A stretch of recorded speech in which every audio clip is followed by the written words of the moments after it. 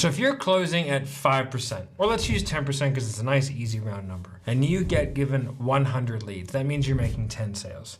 So if you make $500 per sale, that means that from 100 leads, you would make $5,000. The question that I have for you is, how much longer do you want to spend wasting 90 leads? And how much longer is your employer or the business that you work for going to allow those 90 leads to be wasted before they find somebody else with a better structure, a better system to be able to close a much higher percentage of that 100 leads in total? If you just spend 10 minutes a day for the next 30 days in this portal, going through the system and the structure that we're going to teach you, and what if you doubled your sales? You just went from 10 to 20%. And I'm sure 20% wouldn't even be close to the top performer in your company. Okay, what if you could 2x your sales skills? What if you could 2x your conversion rate? What if you could 2x your income over the next 30 days just by dedicating 10 minutes per day, by understanding a system, a structure that's going to allow you to have more control over your sales process? So what I want you to do, what I want from you is a commitment that you're going to do 10 minutes per day for the next 30 days. And if you do, then you will see a marked improvement in your sales by understanding the systems and structures that you take your prospects through, and by taking ownership of that and putting yourself in the best position to be able to sell people more consistently. All right, guys, look forward to seeing your results. Look forward to having you guys go through the portal, and I'll see you guys on the inside. Hey guys, what's up? Matt here. And today, what I'm going to talk to you about is two things. One is a cheat sheet for NEPQ, so you guys can kind of have a deeper understanding of what it is we're really trying to do, just in a really high level overview. So you understand, like, in its simplest forms, what are we trying to get out of that script, and what are we trying to get from a prospect, so that we can give ourselves the absolute best opportunity to be able to sell. The next thing that we're going to do is an implementation guide, because if you try and implement anything that's brand new, no matter how good it is, you're going to have significant teething issues in the beginning. So what we want to do is sort of figure out a way that you can implement this without losing too many sales while you perfect a new art. So here we are. So this is my cheat sheet into exactly how you are going to get a prospect to buy on a consistent basis. Step 1 is the connection phase. Step 2 is situation. Step 3, problem. Step 4 is solution awareness, consequence questions, presentation, and handle objections. That's NEPQ in its absolute simplest form. Okay, so what are we trying to get out of each phase? Okay, so phase 1 is the connection phase. What we're looking to get out of that is essentially take the focus off the prospect, take the focus off us, and put it back onto the prospect. So what are you here? Why are you here? What is it that attracted your attention? Stuff like that. Like, we're just looking to really not be salesy, not be a salesperson. Hey, how can I help? Okay, why are you here? What are you looking for? That's really it. The next is the situation phase, okay? And that's where we're going to find out what are they currently doing about the thing that they're here for, which we found out like in the connection phase, okay? So, and there's all types of different questions in training of situation questions and problem awareness questions, okay? And connection questions, okay? And it's about putting those questions together so you can find out this information. It's very, very simple, okay? Why are you here? What are you looking for? Okay, what are you currently doing about what you said you're looking for? Hey, I really want to get better at sales. Okay, perfect. What are you currently doing to get better at sales? I really want to get better at marketing. Perfect. What are you currently doing to increase your marketing? I really want to, I really want to get more time off. Okay, cool. What are you currently doing to help systemize the business so you can get more time off? Okay, whether it's solar, whatever it may be, it doesn't really matter. Okay. Now, then we go into the problem awareness phase. Okay, problem awareness, all we're trying to do is get 4 key things. First is, what is the problem? Okay, so what is it? Let's define it. Let's not define 25 different problems. That's going to be too much. They're going to lose clarity and they're not going to make a decision. They're going to want to think about it. What is the main problem that we can focus on here in today's call? The next thing is, how long has that been a problem? That's going to help us later on setting up urgency and time frame frameworks. Okay, the next thing is, what's causing the problem? Okay, what is the root cause of that problem, whether it be a lack of knowledge, lack of time, whatever, because that's what we're going to help solve. Okay, and what is the impact that the problem is having on either a personal or professional basis, depending on what you sell and how much rapport you have with the actual person. Once we understand those four things, then we can talk about what they're looking for in a solution. Now we understand their problem. Now we know there is a sale to be made because we can actually solve that problem. Okay. So really in that whole area, we're looking, can we actually help this person? Is there a sale to be made here? Okay. The next thing we're looking at is what's an ideal solution look like? Now there's two parts that we can come at. One from a criteria standpoint, what are you looking for in an actual solution or a coaching program? The second is what do you want to get out of the solution? So it's like if I'm starting an Amazon business, okay, what are you looking to get out of an online business that you maybe can't get from a 9 to 5 job? Okay. And then like, what would you like to learn? Like what would, if you were presented with the solution, like how would it be given to you? Okay. And then what's a tangible outcome that happens when the solution is achieved? And then what is the emotional tie down of that tangible? Okay. That's going to allow us to really sort of set this as like something that you have to do because it's important. Okay. And it's important that we get all of those things. We have to tick those boxes. Otherwise, the next phase, which is consequence questions, really doesn't do anything for us. Okay. So, what happens if you do not achieve the goal? What happens the next 2 days, 2 weeks, 2 months, 2 years, 2 decades? You're in the same position you are now. Okay. And we're looking for answers that are real and contemplative. So, what you want to avoid or you need to listen out for is the people who are like, no, this is the time. I'm going to do it this time, no matter what. And as a salesperson, you might think that's a positive thing, but in reality, if they're going to do something no matter what, there's no reason to do it today. Okay. So they need to really explore failure here. If you're not willing to explore failure, you're not willing to accept success. So we really need to, in this section of the script, we have to have them explore failure. They cannot dance around it. That's not an option. You need to get that answer. And then as soon as you get that answer of the real life consequences of not achieving your goal, okay, then, and the goal should be important to them because we've got emotional and tangible tie downs to that. Then we can move into our presentation phase. The presentation phase is simply presenting your pillars and getting a commitment. Okay, then from there we handle objections. Okay, so that is my cheat sheet on how we use on what you're looking to get out of the script. So I hope that helps you guys. The next thing is the implementation guide, the 4-step implementation guide. Very, very simple. Step 1, neutral language. Step 2, a small but powerful change. Step 3 is role play, role play, role play. Step 4 is adapt. Okay. When it comes to the neutral languaging, just take your script that you currently have and just remove all the salesy bullshit. Okay. So just make it nice and neutral. Possibly, might be, would you? Okay. That's all you have to do. What that's going to do is that's going to allow the person to feel more comfortable and they're going to give you better answers. Okay. You're going to sound less like a salesperson.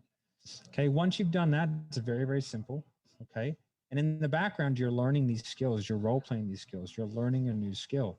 If I taught you how to ski in a different way, like, yes, it could be a better way, but it might take you 2 months to figure it out. Then once you figure it out, you have a better outcome, right? So we're in a position, lucky enough, to where we can practice one thing and do another, right? So we neutral language, that's the first thing that we do. That should increase our close rates. It should get more people through the process.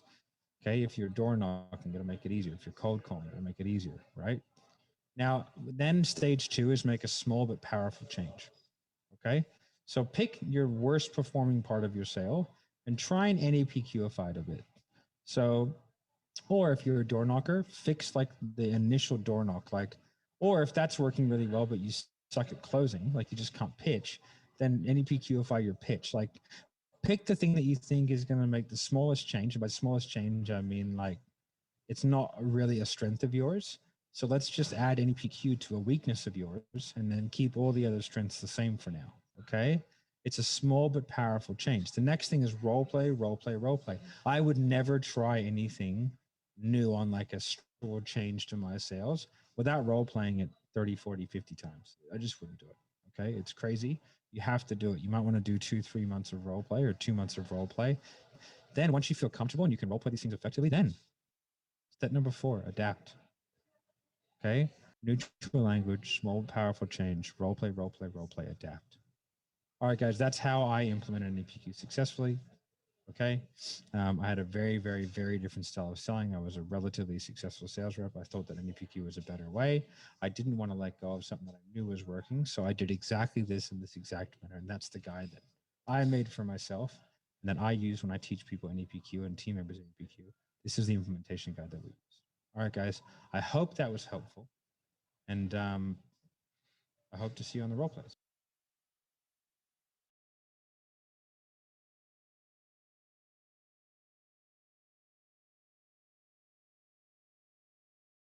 Hey guys, what's up? Matt here. And what I'm going to walk you through today is how to find your ideal income. So along with this, we're going to have like a PDF download that you can use.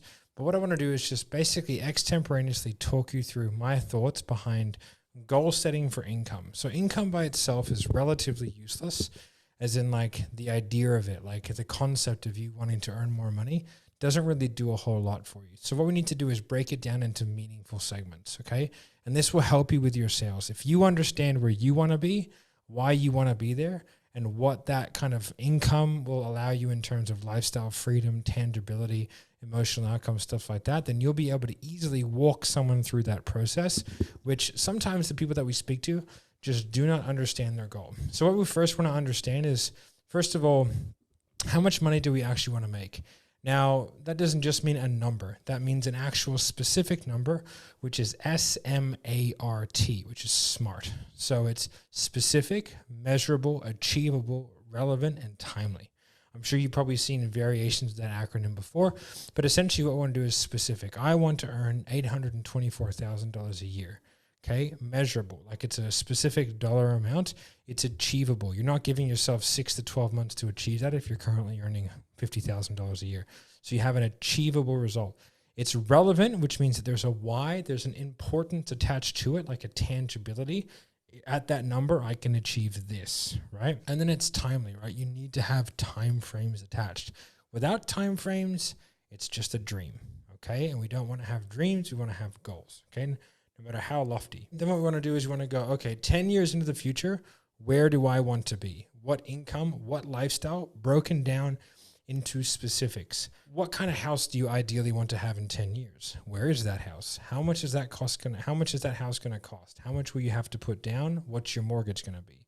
Do you plan on having kids? Are they going to go to public school? Or are they going to go to private school? If private, how much are those schools going to cost? Do you like going on holidays? How many holidays do you want to go on per year? What is the average cost of those holidays? What about cars? Do you enjoy cars? If so, that's totally fine. How much do you want to have? What kind of car do you want to have? And then like you want to have one for you, one for your partner. I want to have a sports car. They're going to want to have an SUV, okay, etc. How much those cars are going to cost? How much do you have to put down? How much you're going to pay per month? Okay. Then from there, we want to break down like, okay, what about savings? Do we have a savings goal? Okay.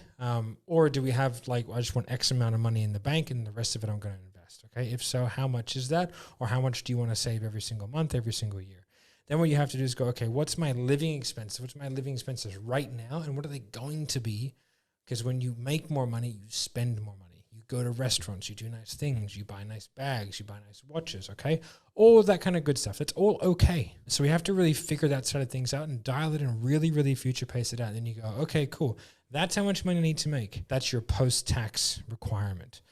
Okay, now all I have to do is go add taxes on top of that. Sweet. I need to make 40% more than that or whatever it is wherever you live. This is how we do that. Okay, then what we have is okay, in 10 years' time, I need to be making $1.2 million a year gross, which gives me this much net, which allows me to buy this house, this car, these schools, this many kids, this. That's a powerful, accurate vision of the future. Then from there we go, okay, cool. Now where do I want to be in 5 years' time? So 5 years' time, like business and your income will probably not be linear. It'll not just creep up like that. It'll be more like that because the more money you make, the more you can invest. The more you can invest, the more money you can make.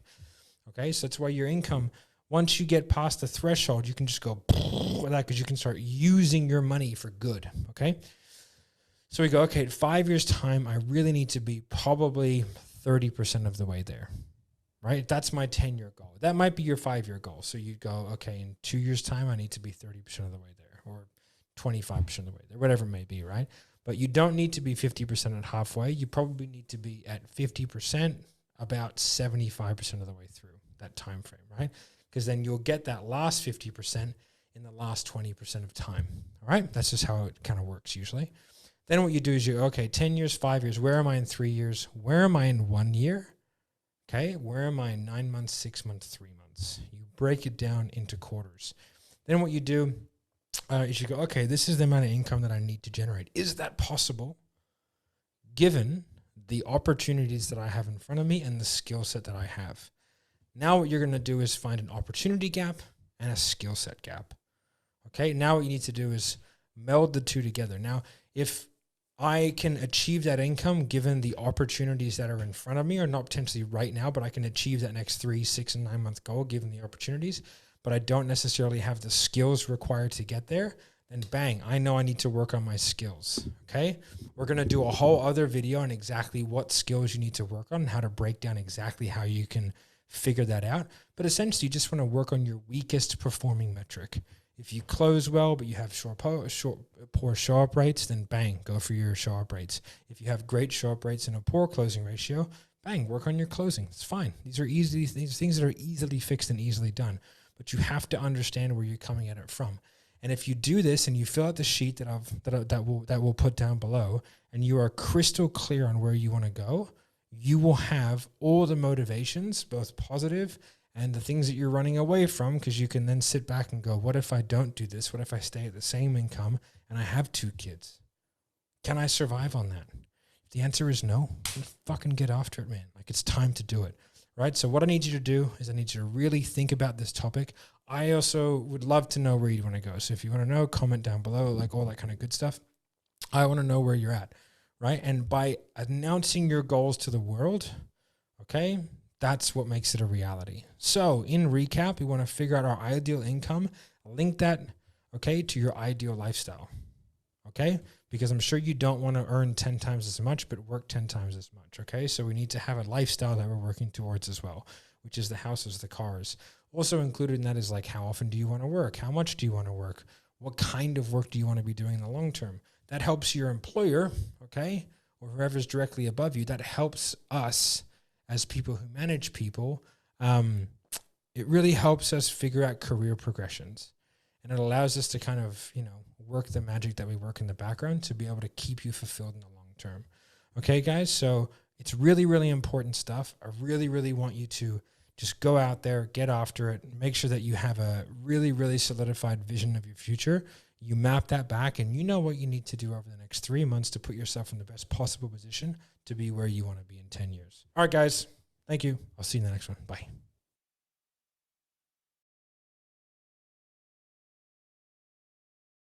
What's up?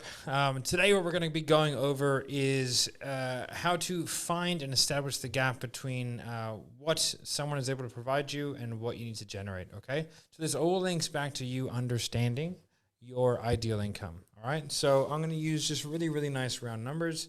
Let's say I want to make $20,000 a month, okay? And I have a closing rate of 30%. And I make $1,000 per sale. So I'm just going to get... Okay, so that means I need to make 20 sales a month. Now, it's actually, when you dive into the numbers, deeper than that, because only about 7 in 10 sales end up not being refunded, or something happens, or it gets extended, or it's a deposit, whatever. But like, that's sort of more nitty gritty, maybe 8 in 10. But let's just work off 100% of people that you actually sell. Okay, so we need 20 sales and we do it 30%. Okay, so that means you need to 20 multiplied by 0.3. So that means we need to have 66 sales calls, okay? So 66 sales calls over a month, okay, divided by 4.3. That's 15 sales calls a week, okay, over an average month of 4.3 weeks, okay? So that's how many sales calls we need to actually have, okay? Now let's say we have an 80% show-up rate, okay? That means that we need to book 19 sales calls per week, okay, in order to make our 20 sales at $20,000. Then what we need to do is go, okay, now we know we need 15 sales calls completed. We need to book 19. Then we need to go, okay, let's say 50% of our triages, okay, are booking through into a sales call, okay, multiplied by 2. So we need 38 triages a week, all right? Now, once you understand that, you're like, that's how many I have to do. If your account is only able to provide 30, then you're going to be down by around 32 triages, okay, which is essentially an entire week, right? So instead of getting 20, you'll roughly get 15 sales, right? So this is how you establish the gap of like what an account can provide you and what you need to generate. Okay, so I want you guys to write that down now. I want you to figure out how much money I want to make, how much I make per sale. Okay, if you don't know that, just go the average if you have multiple products, right? Then from there, how many sales calls I need to actually have turn up in order to be able to do that. Then from there, how many sales calls do I need to book given my average turn up rate into sales call? And then from there, how many triages or how many get that many sales calls? Once you have that dialed in, guys, you have an excellent understanding of what you need to do. And then you can either go to your business owner and say, hey, I need you to generate this much more, or you can find another account, or you can just go out there and you know that you have to book 3 sales calls a week yourself. Okay. And then you sit down and you go, all right, how do I do that? And there's a combination of follow-up and referrals and all that kind of good gear, of which we will be going into. All right, guys, thank you. Make sure you write it down. Hey guys, what's up? Matt here. And this video is all going to be about the tracking of your objections, how to do it, what it means, and what it provides for you. Most people track their conversion rates and all that kind of stuff, and we've gone through that in the past. But tracking your objections is really, really important. I want to kind of break down to you why, and I'm going to give you some insight into what you can tell from that. So essentially, you need to track the objections that you get and overcome, and track the objections that you get and don't overcome. We do that within our CRM. So we tick all the objections that we got, and then we tick whether we closed them or not. And so that can give us a really good metric that then feeds back to a tracker, in which kind of automates it. But you need to do it yourself so you can really start to actually problem solve your sales.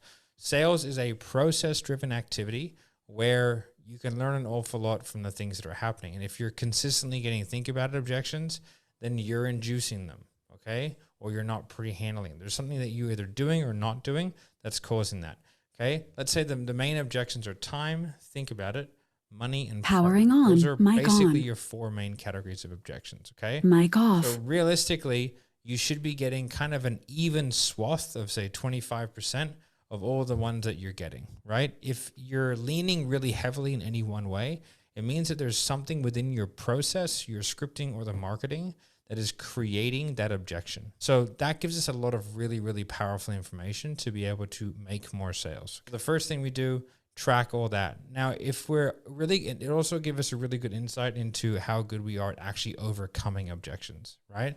Because you might find out that you suck at overcoming money objections. You might come out you're a savage at overcoming partner objections. And then we can pull calls where you didn't get a money objection and pull calls where you did get a money objection, and we can have a look. The 3 things that will really affect the outcome of a sale is the words and the noises that come out of your face, the process that somebody goes through while they're being sold, whether like, 1 call, 2 calls, or whatever it may be, and the actual marketing and the messaging, okay? So, and if we are finding that consistently, even though we're making a lot of sales, like let's say everyone's crushing at 80%, but everybody's overcoming money objections, and we figure that out, that's fantastic, because we can go to the marketing department and go, hey guys, like I know we're doing really well, but we're having to overcome an awful lot of money objections, and that's going to create issues in the long term. Let's try and fix that now. What are we doing? And we can all work as a team. Chances are if you're getting money objections, there's something around value. You're not pre-handling it well. You're putting the wrong people through. If you're getting a lot of partner objections, usually that's more of a trust thing, okay? So you're not handling that correctly. You're not pre-framing that. You just might not be very good at handling partner like a lot of people are. Think about it is always, always a lack of urgency, because no one needs to think about running out of a burning building. They just do it because the consequences are too dire to not act. And then with timing, again, it's an urgency thing, right? So we can have a look at the sales. We can give you the tools required. You can go out and get them in order to handle those objections and also pre-handle. So it's very important that we look at that side of things so we can figure out where to shape the training. And even if you're selling a lot of people, but you're getting a lot of think about it objections, which you're then having to overcome, let's make it easier for you. Let's just put some stuff in your script that really handles think about it objections really, really well, that goes really into urgency early so we can carry it the whole way through. All right. So these are really good steps that we can take just to make your life easier. So make sure you track your objections. Okay. Make sure you track the ones you do get and overcome, and the ones you get and don't overcome, so we can actually have a look at the data and see where you're going. All right, guys.